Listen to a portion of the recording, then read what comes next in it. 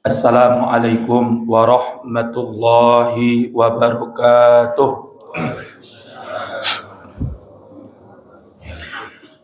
Alhamdulillahirabbil alamin.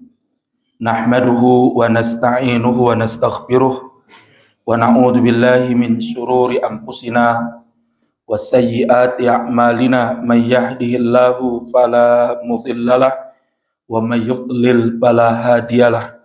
Asyhadu an la ilaha illallah wahdahu la syarikalah wa nashhadu anna Muhammadan abduhu wa rasuluh la nabiyya wa la rasula ba'dah.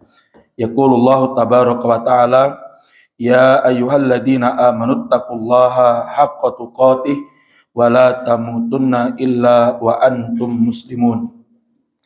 Wa qala Rasulullah sallallahu alaihi wasallam inna asdaqal hadis kitabullah wa inna afdalal hadi hadi Muhammadin sallallahu alaihi wasallam wa inna syarral umuri muhdatsatuha wa kullu muhdatsatin bid'ah wa kullu bid'atin dhalalah wa kullu dhalalatin finnar. Yang kami hormati dan yang kami muliakan beliau para takmir dan pengurus Masjid Al-Fajar yang mudah-mudahan dimuliakan oleh Allah Subhanahu wa taala, dan juga yang sangat kami hormati beliau ketua LP2A Makam Haji, kemudian yang kami hormati dan yang kami muliakan para takmir masjid dan musola semakam haji yang mudah-mudahan dimuliakan oleh Allah Subhanahu wa taala, kemudian ketua IPHI, dan kemudian pengurus daripada gerakan subuh berjamaah Makam Haji, wabil khusus kepada beliau kepala desa Makam Haji yang mudah-mudahan dimuliakan oleh Allah Subhanahu wa taala, dan juga yang sangat kami cintai dan yang kami banggakan dan yang kami hormati seluruh bapak dan ibu-ibu, para ikhwan wal akhwat, para alim ulama, para tokoh masyarakat yang tidak bisa kami sebutkan satu persatu, yang mudah-mudahan sholat subuh berjamaah kita pada pagi hari ini diterima oleh Allah Subhanahu wa taala dan Allah lipat gandakan, ya, karena kita sekarang berada di bulan yang terbaik. Kita sekarang berada di salah satu bulan yang terbaik, yaitu bulan-bulan haram. Kita sekarang sedang berada di bulan Zulqa'dah, ya. Dan kita juga sekarang di waktu yang terbaik, di waktu subuh. Mudah-mudahan Allah limpahkan keberkahan kepada kita semua yang hadir dan juga kepada seluruh kaum muslimin yang ada di negeri kita ini. Itu Bapak Ibu sekalian yang mudah-mudahan dimuliakan oleh Allah Subhanahu wa taala. Salawat dan salam semoga Allah aturkan kepada Nabi dan Rasulnya Muhammad sallallahu alaihi wasallam, kepada keluarga beliau, kepada para sahabat-sahabat beliau, dan kepada siapa saja yang mengikuti beliau dengan benar hingga tegaknya yaumul qiyamah. Pada kesempatan kali ini saya diberi amanah untuk sedikit memberikan tausiah di hadapan bapak-bapak dan ibu sekalian. Pada kali ini kami ingin mengingatkan kepada diri kami dan kepada bapak-bapak dan ibu-ibu semuanya bahwasanya apa yang terjadi di kota Gaza, Palestina itu belum berakhir. Karenanya kita sebagai umat Islam, sebagai kaum muslimin terus menyuarakan, ya, terus menyampaikan dan terus mengingatkan umat Islam akan kewajiban kita, ya, qadiyatuna nahwa tahriril Masjidil Aqsa, akan kewajiban kita untuk membebaskan Masjidil Aqsa, ya.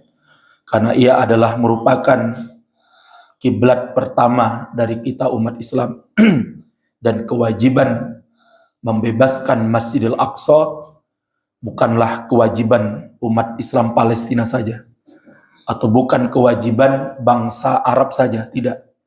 Karena Masjidil Aqsa ini adalah masjidnya umat Islam, masjid kita kaum muslimin di seluruh dunia.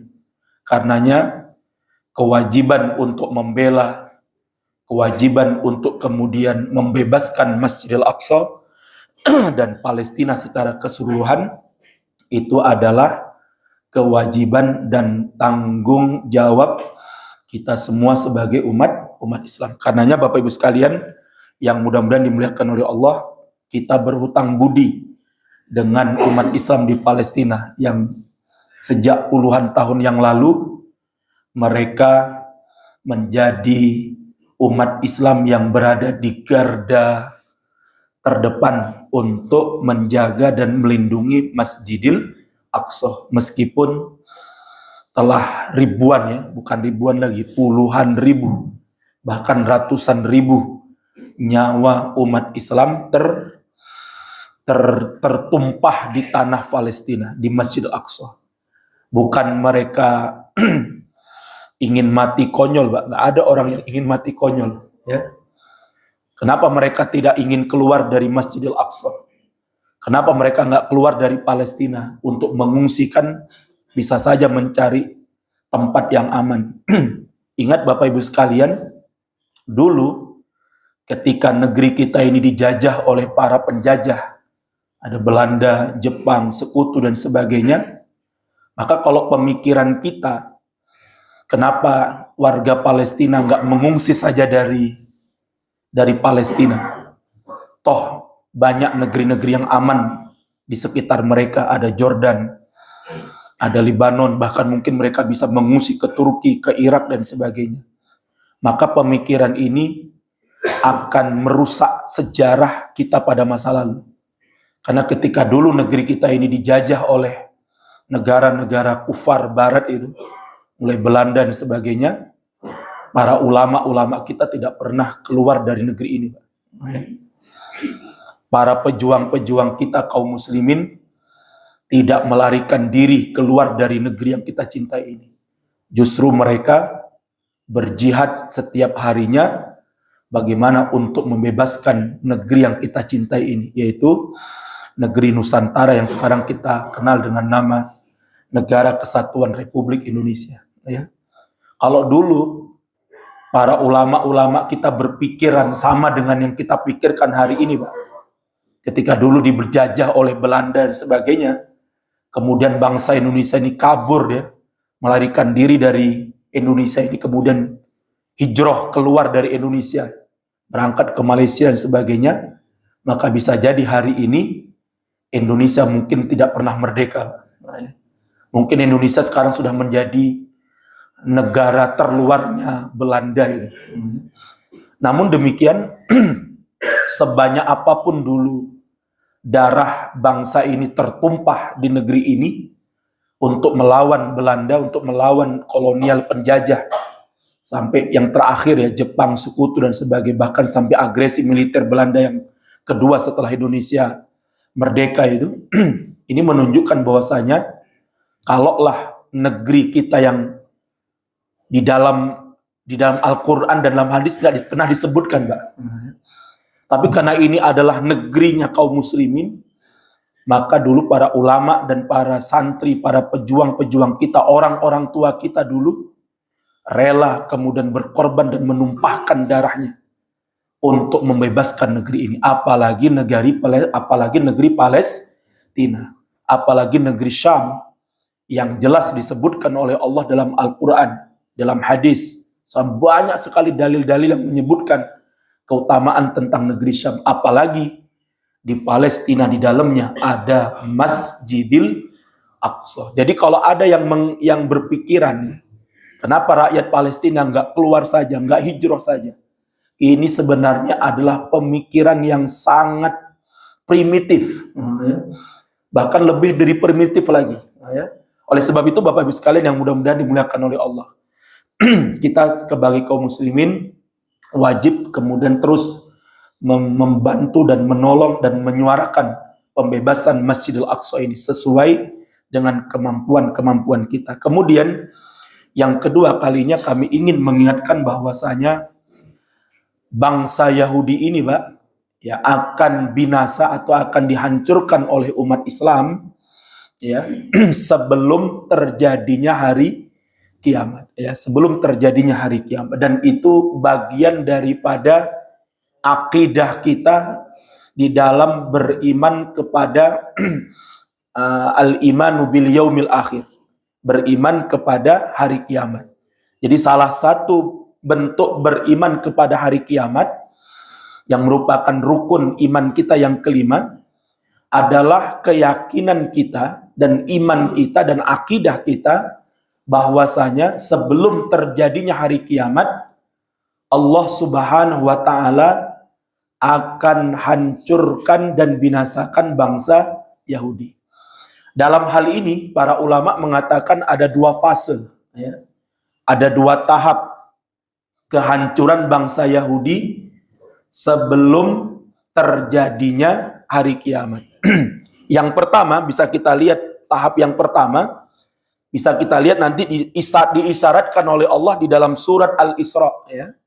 Ayat yang ke-6 dan ayat yang ke-7.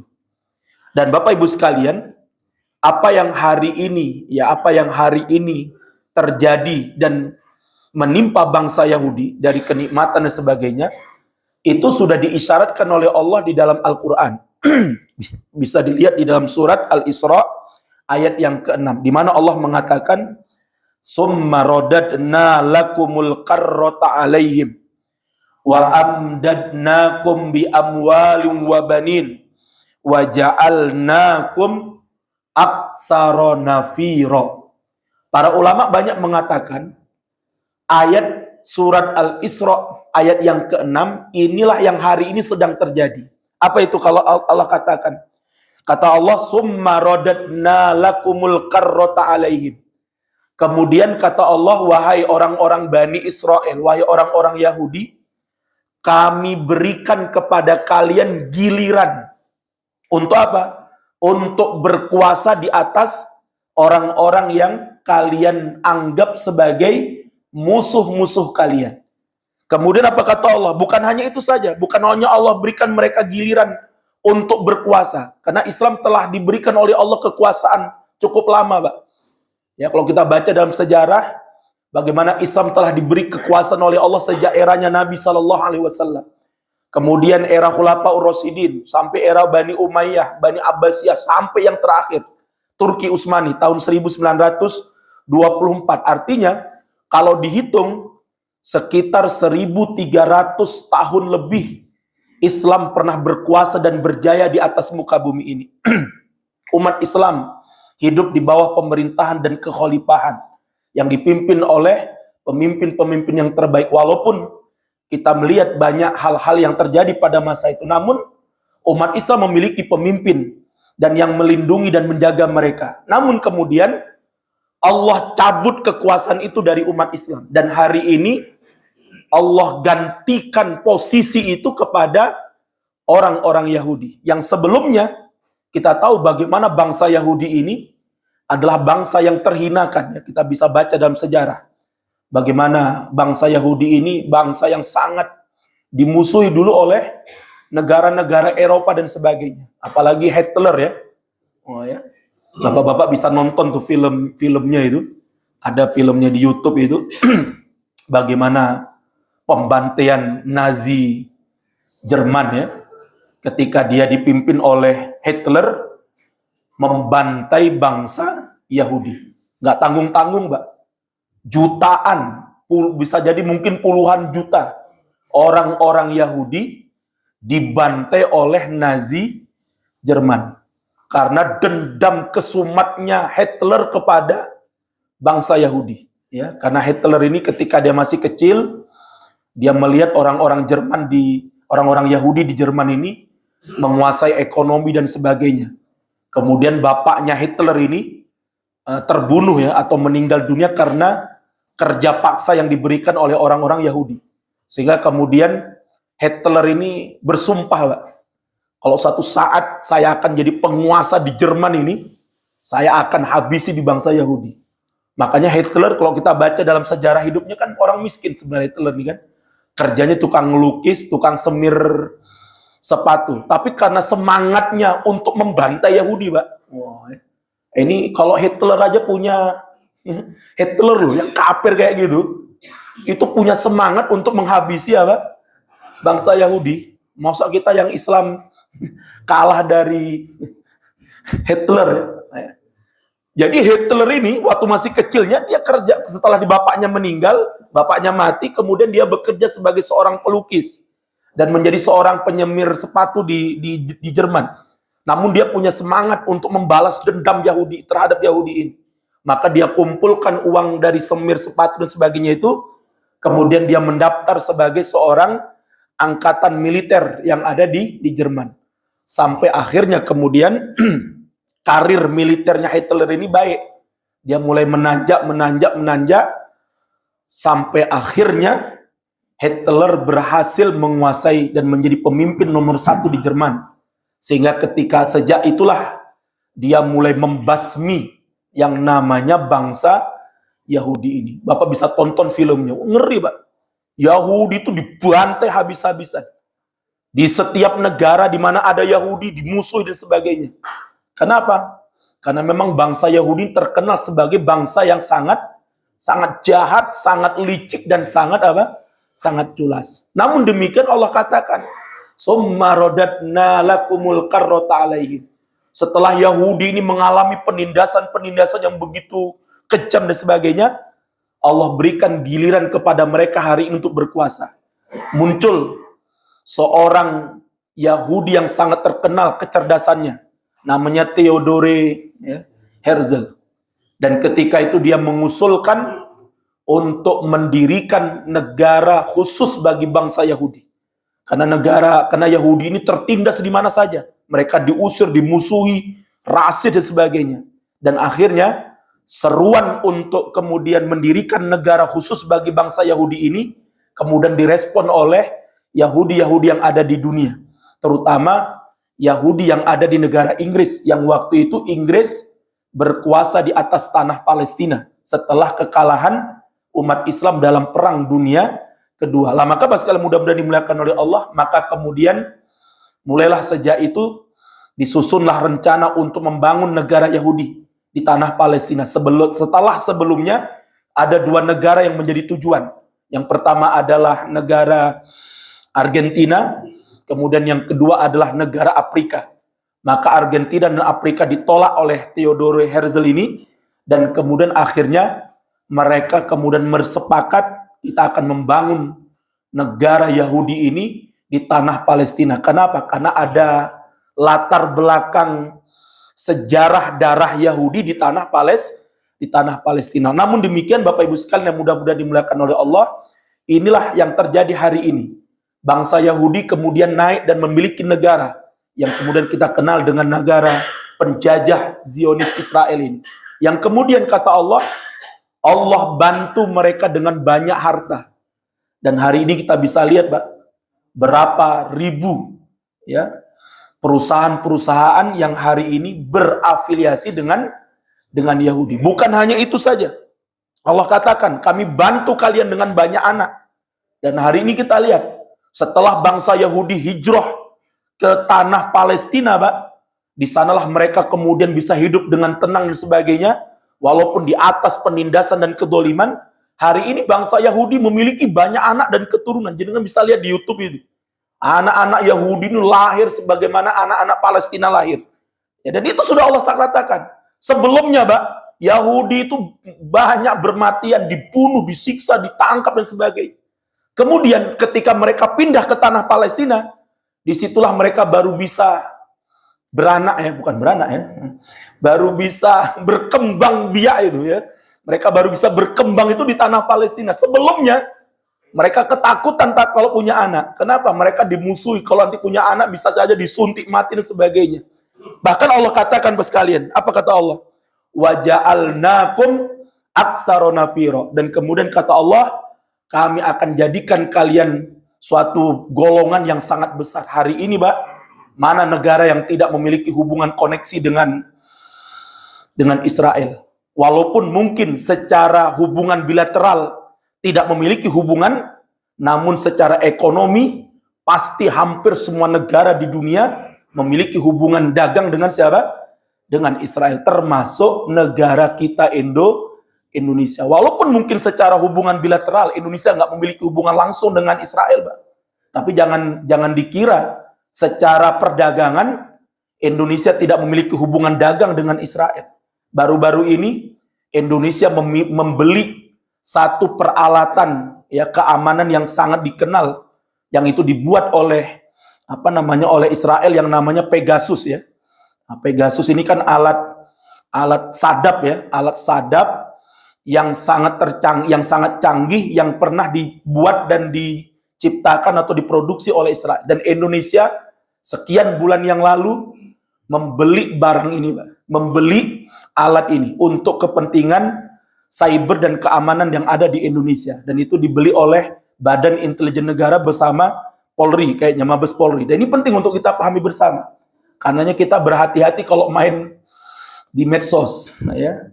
Walaupun kita pakai nama anonim dan sebagainya, itu bagi Polri itu sangat gampang untuk mencarinya. Kecuali mencari Harun Masiku, itu beda lagi tuh. Ya. Sebenarnya ya bisa sebenarnya tahu ya, sebenarnya gampang ya. Memang nggak mau kan, ya.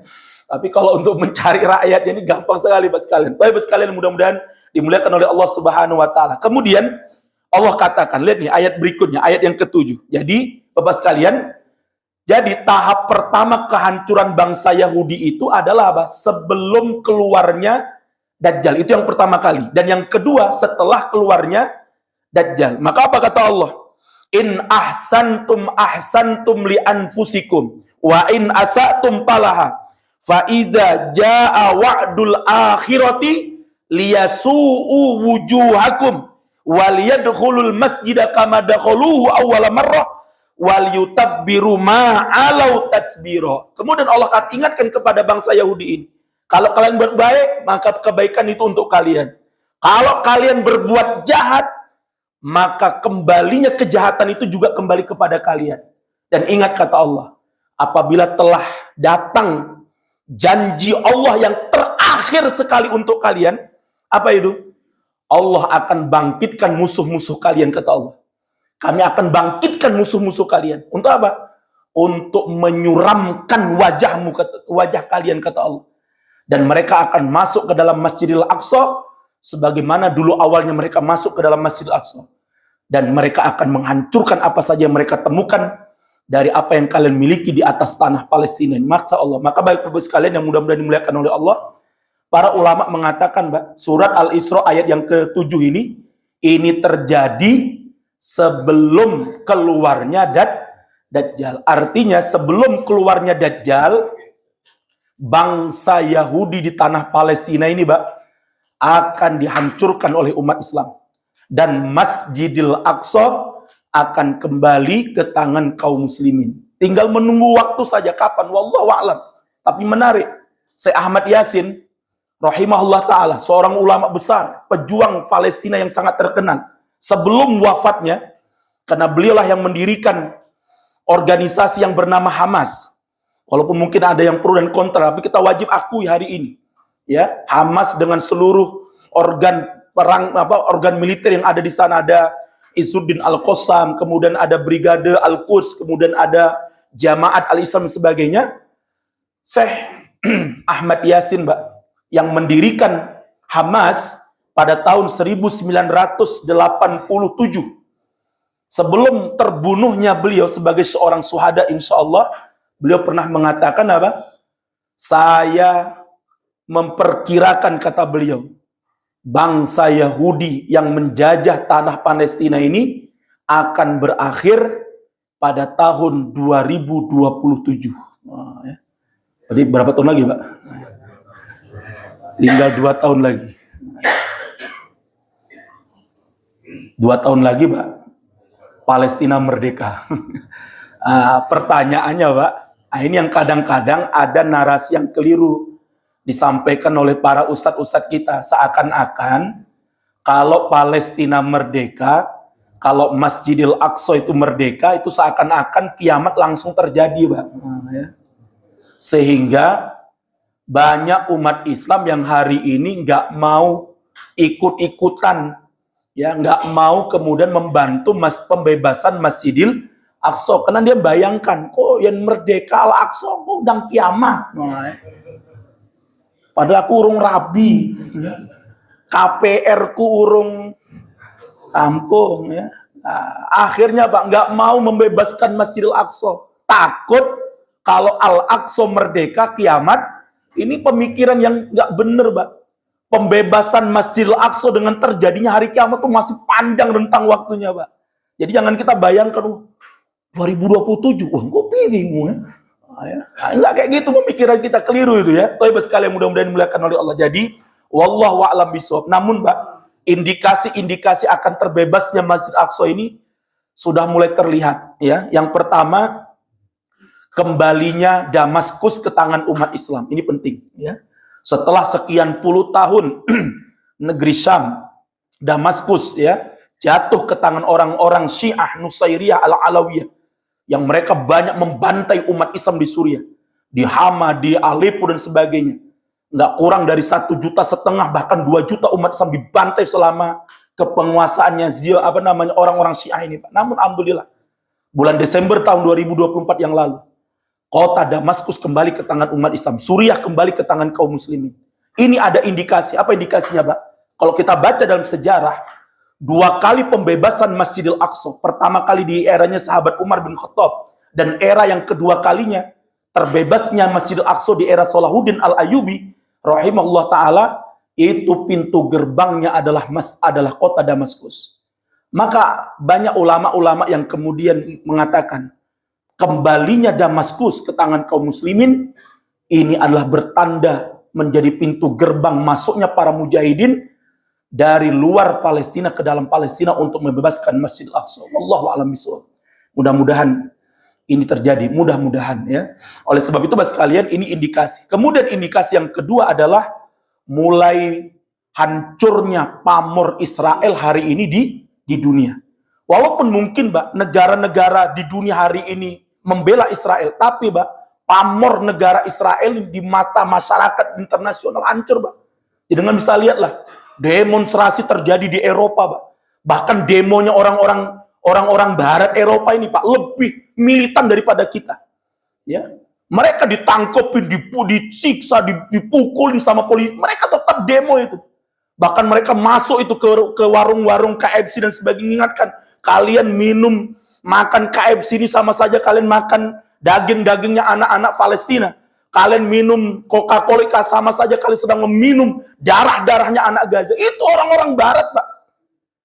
Kita pernah masuk ke KFC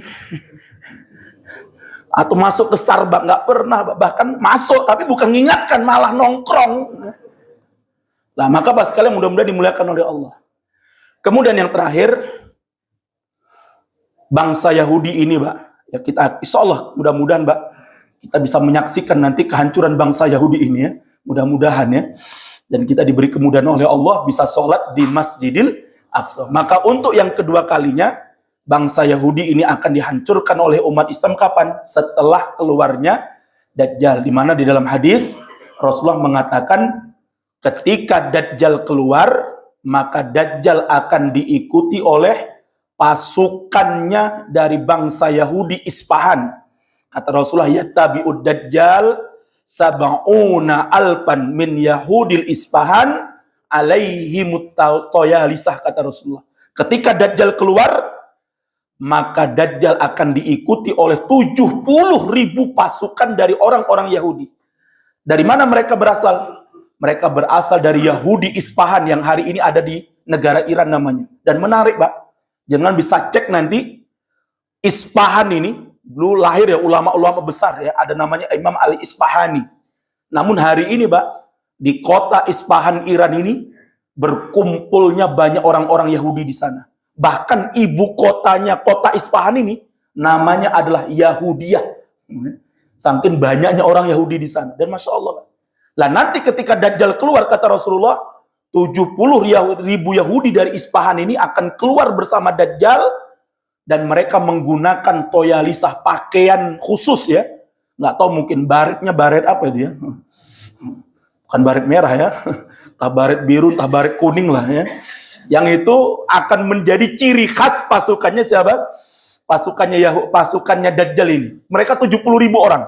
Kemudian maka mereka berangkat bersama Dajjal kemana? Menuju Masjidil Aqsa. Maka sesampainya di daerah Masjidil Aqsa Baitul Maqdis, kemudian Nabi Isa mengetahuinya setelah selesai sholat, kemudian Nabi Isa kemudian mengejar Dajjal ini dan berhasil membunuhnya di suatu tempat namanya Babuluddin, sekitar wilayah timur daripada Masjidil Aqsa. Setelah terbunuhnya Dajjal ini, maka orang-orang Yahudi yang menjadi pasukannya Dajjal ini akan diperangi oleh umat Islam. Maka apa kata Rasulullah? Taqumus sa'ah, tidak akan terjadi hari kiamat hatta yuqatilal muslimunal yahud, hingga orang-orang muslim memerangi Yahudi. Fayaqtuluhumul muslimun, nanti umat Islam pasti kata Rasulullah akan memerangi mereka. Wa hatta yakhtabi al yahudu min wara'is syajari wal hajari. Ketika nanti Dajjal itu sudah terbunuh dan Yahudi kemudian diperangi oleh umat Islam, maka mereka ketakutan dan lari kata Rasulullah. Dan akhirnya mereka akan bersembunyi di balik pepohonan dan bebatuan. Fayaqulul hajaru wasyajaru. Ketika itulah kata Rasulullah, pepohonan dan bebatuan akan berbicara. Apa yang akan dikatakan oleh pepohonan dan bebatuan waktu itu? Ya Abdullah, wahai hamba Allah, ya Muslim, ini ada Yahudi di belakangku. Ta'al faktulhu, kemari kalian, bunuh dia. Kecuali satu pohon kata Rasulullah, namanya pohon Horqot. Karenanya hari ini orang-orang Israel menanam pohon Horqot sebanyak-banyaknya ya. Jadi logikanya nggak ini Pak, kontradiksi ya. Di satu sisi mereka mengatakan kami akan terus menang, kami nggak akan dikalahkan. Tapi satu sisi Pak, mereka tanam pohon Horqot ya. Karena mereka yakin kalau nanti dikejar oleh umat Islam, mereka akan sembunyi di sana. Nah, maka Bapak sekalian yang mudah-mudahan dimuliakan oleh Allah, yakinlah Yahudi ini akan kita kalahkan, Yahudi ini akan kita hancurkan. Tinggal lagi, Pak, hari ini belum waktunya ya, belum saatnya. Karena melihat kondisi umat Islam hari ini, ya masih banyak yang lemah, Pak ya. Kita masih banyak menjadi pendukung-pendukung Yahudi Zionis, naudzubillah min dzalik. Maka kemarin ada fatwa daripada ulama-ulama Muslim internasional. Ada sekitar 15 fatwa yang mereka keluarkan, yaitu yang dikenal dengan fatwa kewajiban berjihad untuk membebaskan Masjidil Aqsa, untuk membebaskan Palestina. Namun, saya akan sampaikan Pak, 2 fatwa yang sangat baik untuk bisa kita kerjakan sebagai umat Islam. Sebelum saya tutup, yang pertama, fatwa dari Majelis Ulama Muslim dunia. Yang pertama yang bisa kita kerjakan adalah apa? Terus melakukan boikot terhadap produk-produk Zionis Israel. Dan Masya Allah, Pak, saya ketika kemarin ke Jawa Timur, ke Madura, mulai dari Bangkalan sampai ke Kangean, bahkan sampai ke pulau yang namanya Kangean tuh, dari Sumeneb saya nyebrang lagi ke Kangean sana, itu alhamdulillah, Pak, saya tidak lagi mendapatkan di pengajian-pengajian, waktu safari dakwah saya itu, umat Islam menghidangkan air-air yang merupakan produknya Zionis, terutama kita tahu ya, yang namanya Aqua, ya kan? Nah, ini sudah tidak lagi ada, Pak. Mereka sekarang sudah banyak memproduksi air-air lokal. Dan yang cukup menarik, Pak, yang cukup menarik juga adalah apa? Kaum muslimin di Madura, Pak, tidak lagi merokok dengan rokok Yahudi. Nah, ini penting ya. Maka saya nasihati bagi bapak-bapak ahlul udud, ya. Wa ahlul isab ya. Nah, ya. Jenengan kalau mau merokok, Pak, ya, karena kalau di Madura itu, yang namanya Madura itu harus merokok, Pak ya. Kalau nggak merokok bukan orang Madura kayaknya ya. Tapi ada satu hal yang cukup baik, Pak. Mereka sekarang banyak produk rokok lokal ya, walaupun mungkin itu ilegal, tapi saya dalam hal ini mendukung, Pak. Betul. Ya. Nggak apa-apa mereka rokok ilegal itu, daripada mereka merokok dan 2 hari yang lalu, Pak, saya membaca keuntungan daripada pabrik rokok yang bernama Gudang Garam itu jatuh, Pak. Keuntungan mereka itu menurun sekian berapa puluh persen itu, Pak. Gara-gara apa? Rokok ilegal katanya. Kalau saya bilang bukan rokok ilegal, rokok lokal. Nah, jadi Bapak Ibu sekalian, nah ini penting ya. Karena kita nggak usah lagi pakai atau jenengan ngelinting sendiri, Pak. Ya. Beli tembakau, ya. Kemudian beli daun jagung, ya kan? Kemudian bungkus Nah, maka bahas ini penting ya. Oleh sebab itu, mari Pak kita terus menjalankan apa? Boykot terhadap produk-produk Zionis. Lah, itu ada satu aplikasi di Play Store namanya No Thanks ya. Jadi nanti jenengan bisa cek di Play Store itu, bisa nanti ada No Thanks ya, tidak terima kasih ya. Itu jenengan bisa download dan kemudian kita pasang aplikasi itu di HP kita. Setiap kali nanti kita beli barang, itu barcode-nya bisa di-scan ya. Kalau nanti ternyata keluar barang ini tidak termasuk dalam daftar Zionis barang Yahudi, aman. Tapi kalau kemudian centrang kali ini masuk dalam daftar apa? Zionis, maka kita tidak usah membelinya ya. Nanti bisa Bapak-bapak tes sendiri. Kemudian yang kedua, yang kami ingatkan, fatwa yang kedua yang bisa juga kita laksanakan adalah apa? Para ulama dunia mengingatkan kepada kita untuk melaksanakan kunut nazilah. Nah, ya. Sudah saatnya hari ini Pak, masjid-masjid umat Islam, ayo laksanakan kunut nazilah 5 waktu dalam sehari semalam untuk mendoakan, karena hari ini Pak, pembantaian di Gaza terus berlangsung sampai detik ini. Kalau dulu Rasulullah pernah melakukan kunut nazilah untuk 70 sahabat yang dibantai oleh orang-orang musyrikin itu hanya sekali saja pembantaiannya Pak. Dan Rasulullah melaksanakan kunut nazilah selama 1 bulan. Hari ini pembantaian di Gaza terus terjadi. Maka mudah-mudahan kalau ada di antara kita masjid yang bisa melaksanakan ini sangat luar biasa ya. Dan ini merupakan sunnah yang harus kita hidupkan untuk mendoakan kebaikan saudara kita yang ada di Gaza dan kehancuran bagi Zionis Yahudi. Wallahu a'lam bishawab. Demikian yang dapat kami sampaikan. Mohon maaf apabila ada kesalahan dan kekurangannya. Sekali lagi kami berterima kasih dan mengucapkan jazakumullah khairan kepada seluruh takmir dan para jamaah sekalian. Billahi taufiq wal hidayah. Assalamualaikum warahmatullahi wabarakatuh.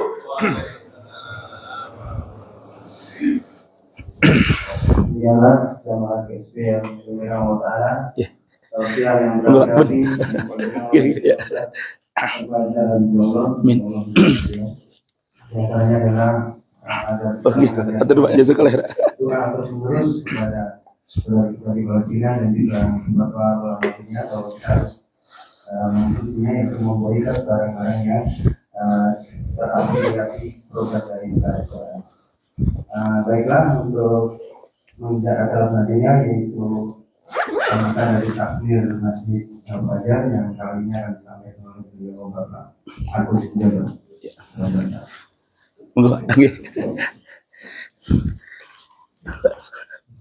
Bismillahirrahmanirrahim. Assalamualaikum warahmatullahi wabarakatuh. Waalaikumsalam warahmatullahi wabarakatuh. Alhamdulillahi rabbil alamin, wassalatu wassalamu ala asyrafil anbiya'i wal mursalin wa ala alihi wa ashabihi ajmain. Alhamdulillah, yang pertama kita panjatkan dan disyukur ketika Allah Subhanahu wa taala yang mana pada kesempatan subuh ataupun menjelang subuh sudah hadir di Masjid Al-Fajar ini. Saya mewakili sebagai takmir Masjid Al-Fajar berterima kasih kepada para jamaah GSB Gerakan Subuh Berjamaah Makam Haji yang disponsori diantaranya adalah dari LP2A, IPHI, BKM, AMM, AMI. Pemerintah Desa Makam Haji tidak saya sebutkan nama satu persatu. Kalau di pemerintahan resmi mungkin perlu disebutkan namanya siapa, komplit, titelnya apa gitu. Tapi kita sesama jamaah, sesama muslim, kita sebutkan lembaganya saja. Mungkin Pak Lurah nggih, Pak Agus, alhamdulillah. Alhamdulillah pada pagi hari ini sekali lagi saya mengaturkan banyak terima kasih kepada para jemaah yang hadir, yang rawuh. Kita pagi ini sudah diberikan membakar semangat oleh Bapak Ustadz Teguh Azhar. Alhamdulillah. Kita sebagai orang Islam harus dibangkitkan semangatnya. Mengatakan Ustadz, terima kasih. Yang kedua, GSB ini saya kira sangat perlu Di antaranya pembakar semangat oleh Ustadz, Pak Agus sebagai pemerintah daerah bisa memberikan sosialisasi kepada warga, kepada masyarakat di sekitarnya, termasuk LP2A, apa program-programnya, apa kegiatannya LP2A, disampaikan di kegiatan tersebut. Alhamdulillah, bisa keliling muter di tiap-tiap daerah di wilayah Makam Haji. Ini adalah sosialisasi, ini adalah wadah yang baik, wadah yang sangat harus kita pertahankan.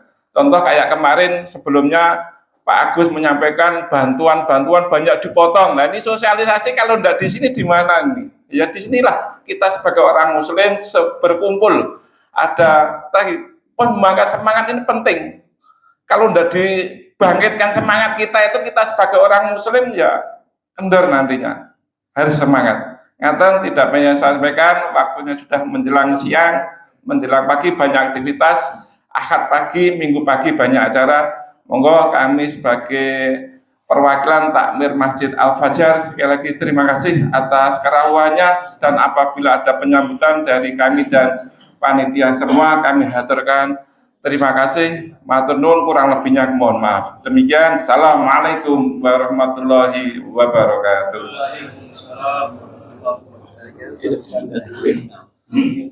Tampil Masjid Al-Fajar diwakili Gus Widodo.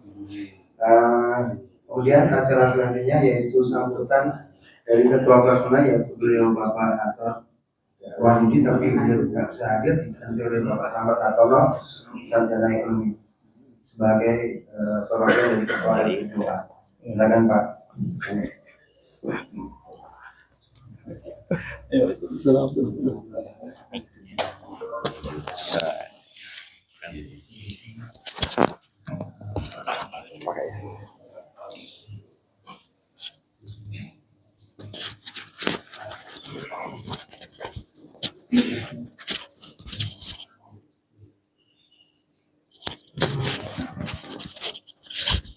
Bisa masuk.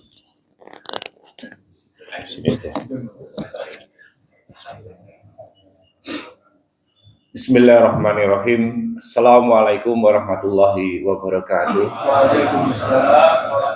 Innal hamdalillah nahmaduhu wa nasta'inuhu wa nastaghfiruh wa na'udzu billahi min shururi anfusina wa min sayyiati a'malina may yahdihillahu fala mudilla lahu wa may yudlilhu fala hadiyalah. Asyhadu an la ilaha illallah wa asyhadu anna Muhammadan abduhu wa rasuluhu amma ba'du. Hadirin jamaah gerakan salat subuh Desa Makam Haji yang kami hormati, yang dirahmati Allah Subhanahu wa taala. Yang pertama dan utama, kita selalu senantiasa memanjatkan puji dan rasa syukur kita kepada Allah Subhanahu wa taala atas berbagai limpahan nikmat yang diberikan kepada kita semuanya, terutama nikmat Islam, nikmat iman, nikmat sehat dan sempat, sehingga dengan segala nikmat tersebut Allah pilihkan kepada kita semuanya, ringankan langkah kita untuk bersama-sama menghadiri GSP yang sudah diagendakan oleh salah satu lembaga di Desa Makam Haji, yaitu Badan Koordinasi Masjid, yang sudah tersusun rapi dalam 1 tahun ini dalam kondisi yang sangat sehat walafiat, tak kurang suatu apa. Selanjutnya salawat serta salam kita haturkan kepada junjungan kita Nabiullah Muhammad sallallahu alaihi wasallam, juga kepada keluarganya, sahabatnya, para tabi'in, tabi'in juga termasuk kita semuanya. Hadirin jamaah gerakan salat subuh yang dirahmati Allah Subhanahu wa taala, mewakili dari Ketua LP2A tadi jam 4 ya, kurang lebihnya jam 3.34, Bapak Haji Kadot Wahyudi kirim WA ke saya bahwa beliau berhalangan hadir untuk GSD pada kesempatan pagi hari ini karena kondisi kesehatan yang tidak bisa ditolerir lagi, sehingga beliau keberatan, kemudian menyampaikan pesan kepada saya untuk mewakili beliau, mewakili LP2A. Yang pertama, kami sampaikan jazakumullah khairan kepada seluruh takmir masjid dan musola semakam haji yang pada kesempatan pagi hari ini sudah berkenan hadir melaksanakan, menunaikan, memeriahkan GSP, sehingga sampai dengan pagi hari ini GSP yang sudah terselenggara sejak zaman almarhum Bapak Anwar Hamdani di tahun 2019 akhir sampai dengan hari ini masih tetap berlangsung. Mudah-mudahan panjenengan semua yang sampai saat hari ini, pagi hari ini selalu istiqomah menunggu-nunggu dan melaksanakan GSP ini, selalu diberikan umur yang panjang dan barokah, rezeki yang berlimpah. Insya Allah nanti bila mana Allah menghendaki untuk kita berpulang, kita semua dalam kondisi yang husnul khotimah. Amin.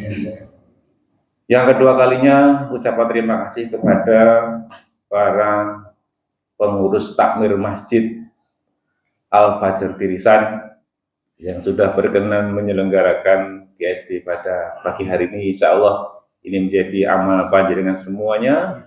Insya Allah Masjid Tirisan selalu maju ke depan dan makmur di bawah kendali Bapak Muhammad Toha Pakalale SAG.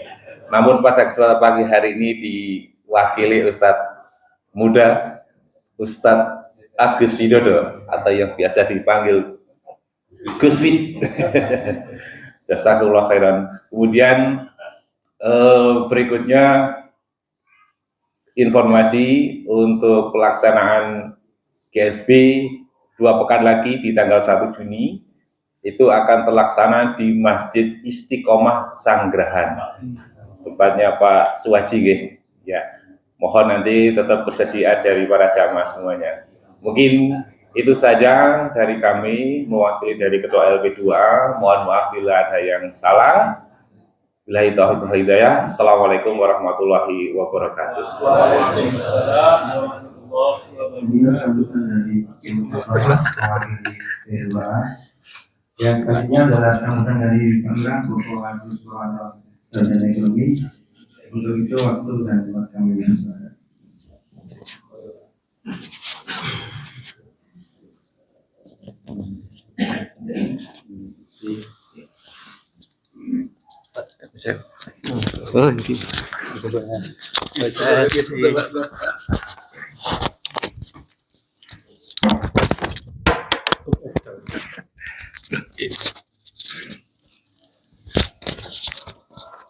Bismillahirrahmanirrahim.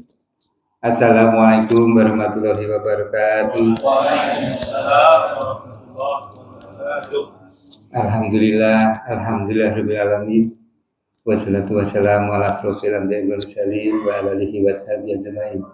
Asyhadu an la ilaha illallah wa asyhadu anna Muhammadan abduhu wa rasuluh. Allahumma sholli ala Muhammad wa ali Muhammad amma ba'd. Enggak kau hormati, lebih khusus Bapak Ustadz Tengku Ashar MH MPD. Enggak hormati Ketua IPHI Bapak Haji Mudakir.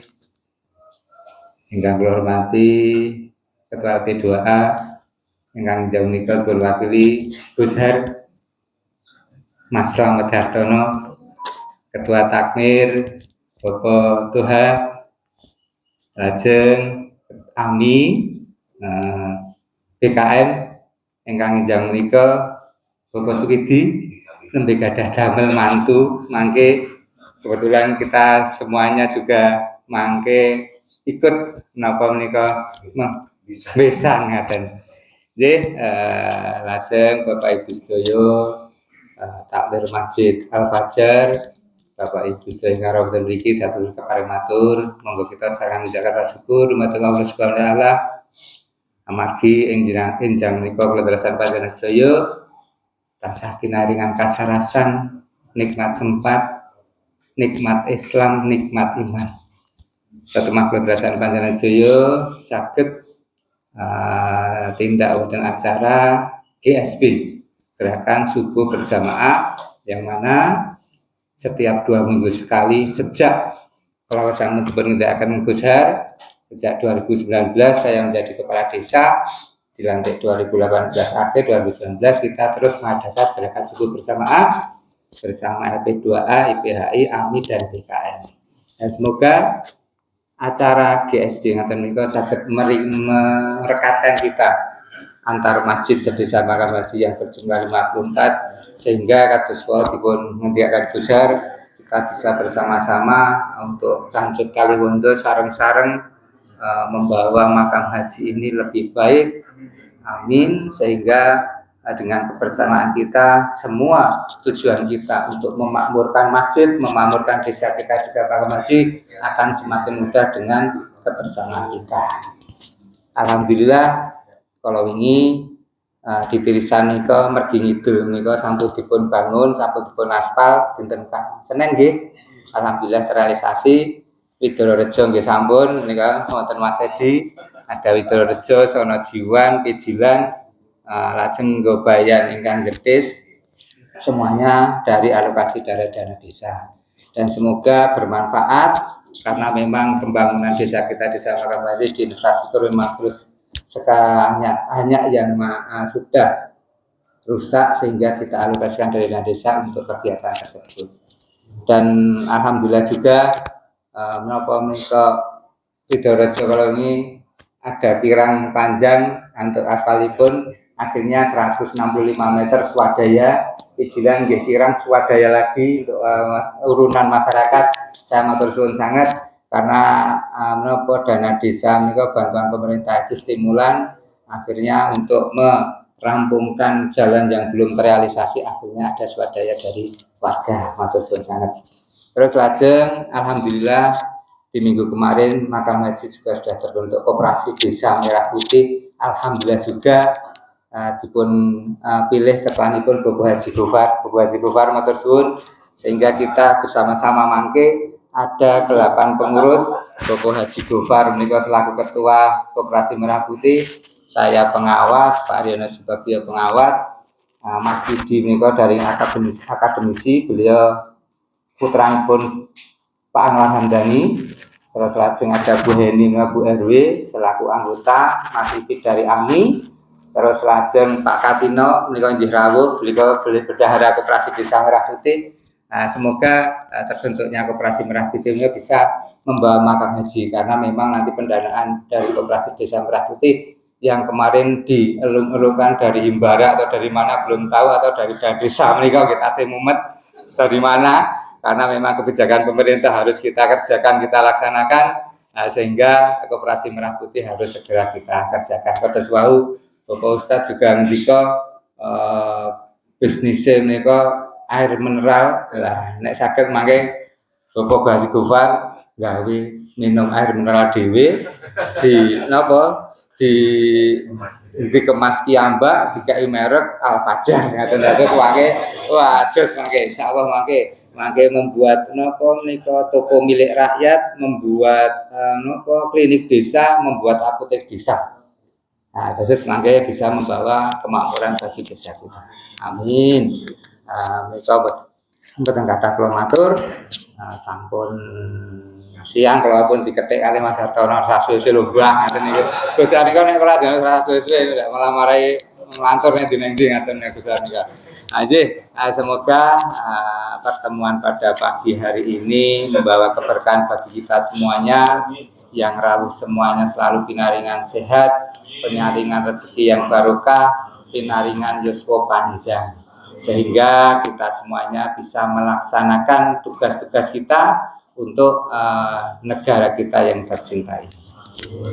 Mereka seketik dari kula, akhirul kalam billahi taufiq wal hidayah. Wassalamualaikum warahmatullahi wabarakatuh.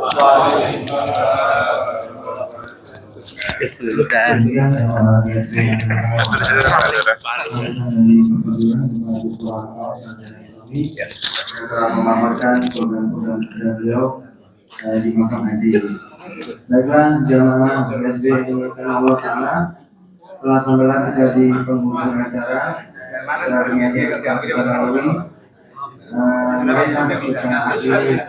Acara GSB kali ini dengan doa kepada majelis dilanjutkan dengan saudara.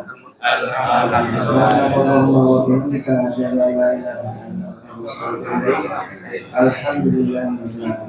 Wabillahi taufiq wal hidayah. Apabila ada kekurangan dan kesilapan Kami mewakili Masjid Al-Fajr mohon maaf yang sebesar-besarnya. Assalamualaikum warahmatullahi wabarakatuh.